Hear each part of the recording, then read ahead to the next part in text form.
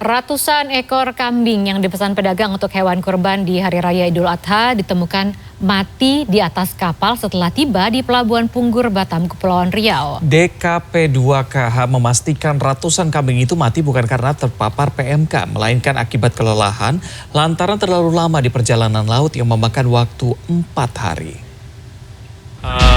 Ini kambing-kambing yang baru masuk Batam ini hancur nih. Temuan hampir 400 ekor kambing yang mati di atas kapal setelah tiba di Pelabuhan Punggur Batam, Kepulauan Riau ini terjadi pada Selasa 2 Juli lalu. Ratusan kambing ini merupakan sebagian dari ribuan kambing pesanan pedagang untuk kebutuhan hewan kurban Hari Raya Idul Adha. Dikonfirmasi pada Rabu pagi, Kepala Dinas Ketahanan Pangan, Pertanian dan Kesehatan Hewan Provinsi Kepulauan Riau, Riza Asmi, memastikan ratusan kambing ini mati bukan karena penyakit mulut dan kuku, karena sudah dilakukan pemeriksaan.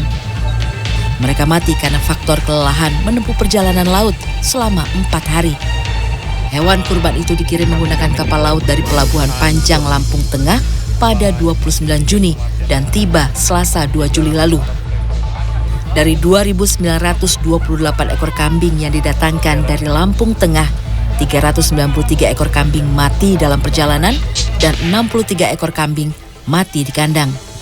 Jadi total kambing yang mati sebanyak 456 ekor. Saat ini di wilayah Provinsi Kepri, 16 ekor sapi dinyatakan positif PMK. 1 diantaranya dilakukan pemotongan paksa dan 15 ekor lainnya berhasil sembuh. Arpandi, Tanjung Pinang, Kepulauan Riau.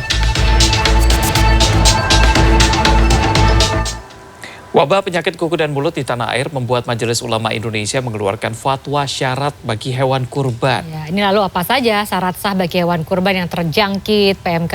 Beni Dermawan memiliki informasinya untuk Anda. Berkurban saat Idul Adha memiliki hukum sunnah muakkadah atau ibadah yang sangat dianjurkan sekali bagi umat muslim. Dan untuk menunaikan ibadah kurban, hewan kurban pun harus memenuhi syarat agar kurbannya sah. Nah, dikutip dari NU Online terdapat sejumlah syarat sah hewan kurban. Pertama, hewan kurban harus hewan ternak seperti unta, sapi, kambing, atau domba. Selain hewan-hewan ternak tadi, tidak bisa dijadikan sebagai hewan kurban. Sementara itu, mewabahnya penyakit mulut dan kuku atau PMK yang menyerang hewan ternak seperti sapi membuat Majelis Ulama Indonesia mengeluarkan fatwa hukum berkurban dengan hewan yang terkena PMK.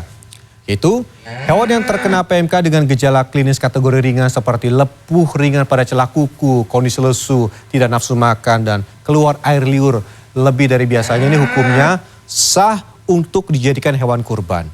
Hewan yang terkena PMK dengan gejala klinis kategori berat seperti lepuh pada kuku hingga terlepas dan atau menyebabkan pincang atau tidak bisa berjalan serta menyebabkan hewan sangat kurus, hukumnya tidak sah untuk dijadikan hewan kurban.